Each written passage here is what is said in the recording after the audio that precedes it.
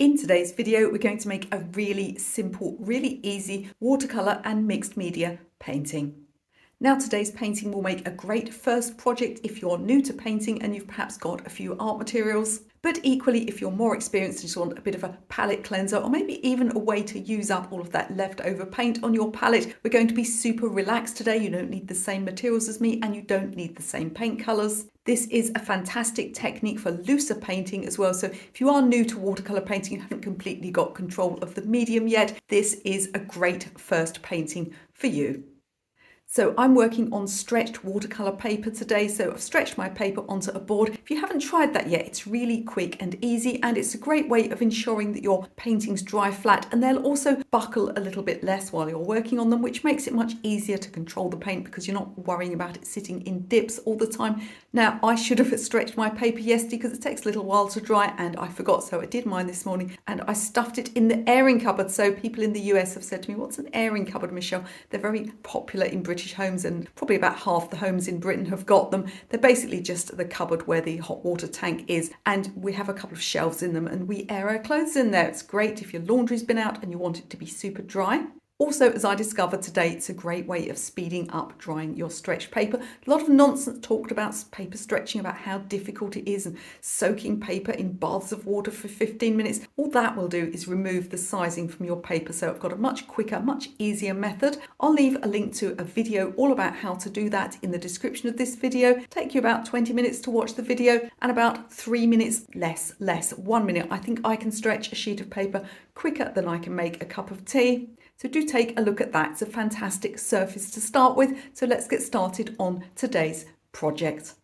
Let's run through materials. I've got some oil pastels here. They're mostly Talens Van Gogh, which is their students range, but it's perfectly good enough for what we're doing today. I do recommend them if you're looking for a set of oil pastels, very reasonably priced. I've got a few other slightly more expensive Sennelier ones in here, just because there were certain colours I was missing. I used to use these for teaching and students used to wander off with them. This is the photograph I'm going to work from. It's a bit mad bright, isn't it? My printer tends to get a bit excited by things like this. And we're just using it roughly as an idea of what to place on the paper. You know, distant blue mountains, some clouds, a greenish mountain, and some warmer colours and rocks in the foreground. I'm not going to slavishly copy it. If you would like to get a copy of this photograph, I'll leave instructions in the description of this video. I'll basically pop it into the albums in my Facebook group. Completely free Facebook group, and you can download this copyright-free photograph. I've got my stretched paper here. It's dried nice and flat. I'm going to be using quite an old brush here. It's really important that you don't use your best watercolor brushes for this project because the brush tends to pick up a little bit of the oil pastel and it's not always easy to get out. So please don't use a brand new brush. I'll also be using a selection of watercolor paints. As I said, going to use this as sort of an opportunity to use up a few paints that might be sitting out in palettes. And I've got some paper towel here just to dry my brush when I need to. And of course, water. And that's all we need to get started. Of course, having turned the camera off and told you that was everything we need, I immediately thought of something else we need. So I've got some masking tape here that's been stuck onto my clothing so it's not too sticky. I've also got some scraps of paper, and what we're going to do is use either of these as a mask. So if you don't have masking tape, then you can just use some paper like this. And I'm going to start by getting an idea of some distant mountains. And I'm just going to start, I think actually we'll just go a little lighter to begin with. Now, you'll notice that I'm not using any pencil. It's always a good idea to try and stick to the medium you're working in. We're just going to get an idea of the shape of the mountains in the background here. As I said, I'm just using this as a bit of inspiration. Now, that line is far too scruffy. We need to sharpen it up. And I'm probably going to put the distant mountains in just with paint because that will make them go back a little further. So what I'm going to do now is kind of bend this tape around in places like this. You can always sort of pleat it and give yourself a bit of a stencil edge. And what we'll do then is we can start getting some sharper edges. Now be careful that the whole thing doesn't become outlined in one dark colour. So you want to vary the colours that you're using. So for example, here I could go on with the green I'm trying to get a bit more of a curve to that. As I said, you can use paper. You might need to cut it. The tape is a little bit better for getting sort of bends and folds. And so we can get something like this going on. You see we're starting to get some sharper edges, but also this idea of rocks. So what will happen is when we put the watercolor paint on top, it'll sink into the gaps. It's going to give some lovely, lovely effects there. I've also got, you know, this sort of edge here to part of this mountain. So we could also, almost doing that on the wrong side. I think I want to do that actually from the other side. Let's get the darker on the other side. So maybe something like this. Again, avoid getting it, you know, 100% straight. You want a little bit of a wiggle in it. That's a professional artist term there. I'm going to sort of come down like this, and I can start sketching in some of these areas where we have the sides of the mountain there. I'm going to work on this mountainous area at the back a little longer. So when it comes to the clouds in the background, I have choices. I could just do them with paint and water just to keep them soft and distant, or I think I'm going to actually have a go at putting some of the white in, but I want to kind of mask out these mountains. So I get a fairly crisp edge, but not too crisp. So what you can also do is you can tear your masking tape here, and we can sort of, let's have one bit coming in here. Just do it a little bit at a time. And I'm going to get an idea of some clouds in the distance. It's really hard to see this. You won't even be able to see this color on camera. Obviously, I'm using white, and I may even start putting in a little bit of cloud shadow. I prefer a bit of a bluer grey, but I don't think I have one in this set. So I'm going to work now on the sky. If you find you can't see where you've placed the oil pastel, just hold it up to the light and you should be able to see it sort of glowing there. And do remember that once this is on your paper, it's pretty permanent, so you don't want to go across those blue mountains in the background. So make sure you leave this part here ready for your mountains to be painted later. So one thing that works quite well is sort of layering the white and the grey together. It will kind of soften everything. But remember, the more oil pastel you put on the paper, the less space there is for paint. And the oil pastel can actually go on top of the paint once it's dry. So if you have this sort of disaster and you think there's just not enough white cloud, you can actually add some on at the end. So now I'm going to introduce a few more colours. So I've got some sort of warm yellows and oranges here. I think actually we might go for something a little bit brighter, maybe some colours like this. Yes, I think that's better.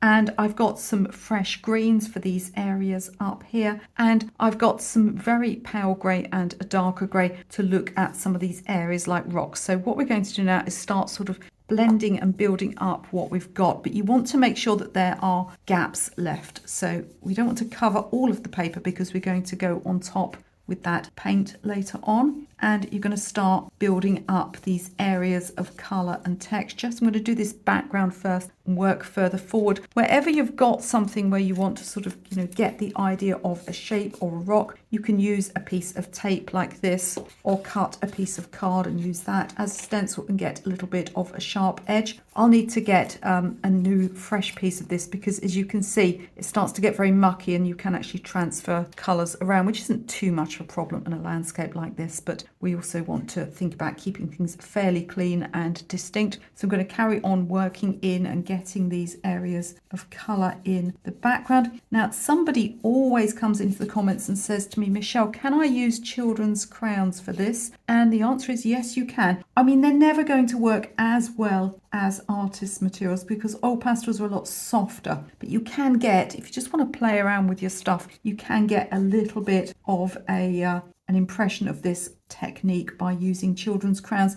You want to make sure that they are waxy, that whatever you're using is either waxy or oily, has got that stickiness to it. You don't want anything soft that smudges. Anything that feels like chalk is not going to work for this particular technique, although you could do an underpainting of watercolour, allow it to dry and put soft pastels or chalks on top. They're not going to work for the resist technique that we're using today.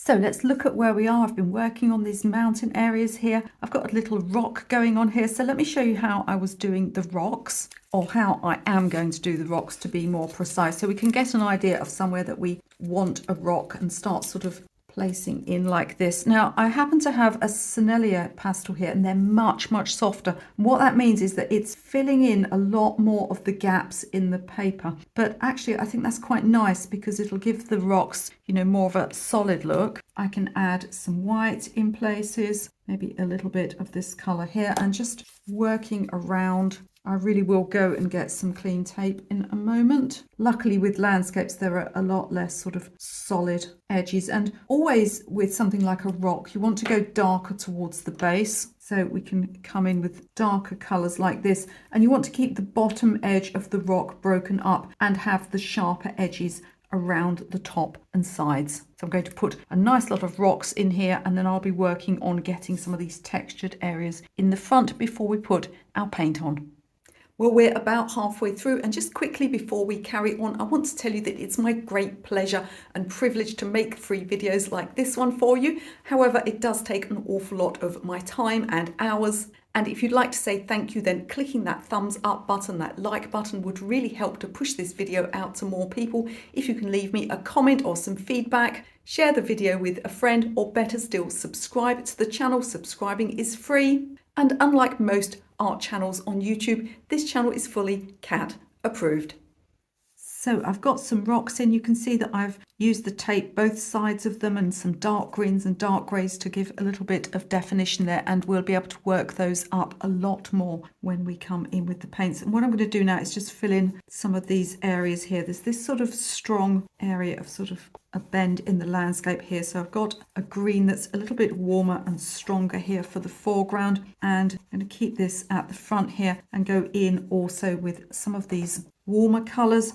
Warm colours tend to come forward, so you want the strongest, warmest colours mostly at the front. And so I'm going to use these strong colours here. And then as I go further back, I'll go a little bit softer.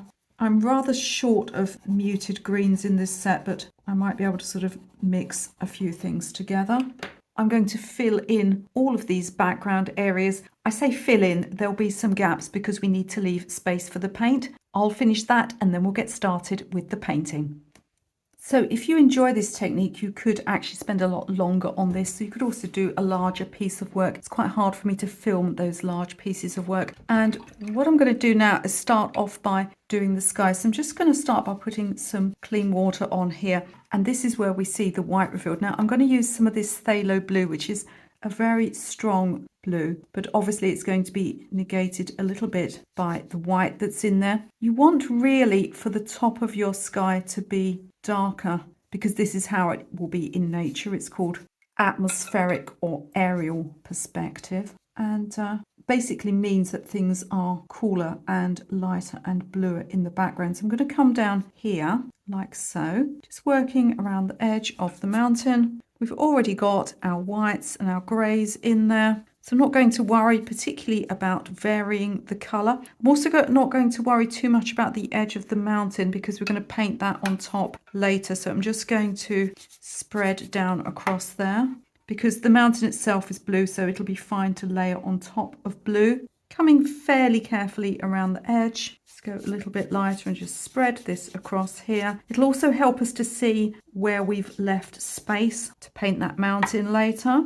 I've also cleaned my hands, if I didn't mention that. They were getting extremely sticky and very oil pastel-y, shall we say. You can be quite bold here because watercolours dry lighter, so I'm going to make sure that I'm going nice and strong at the top of the picture here. Don't work on it too long. To some extent, the oil pastel should stop you from getting too many drying lines. And now I need to let it dry. Well, let's let our work dry at this point. It's a great time to feed a very grumpy cat who's just woken up from a nap.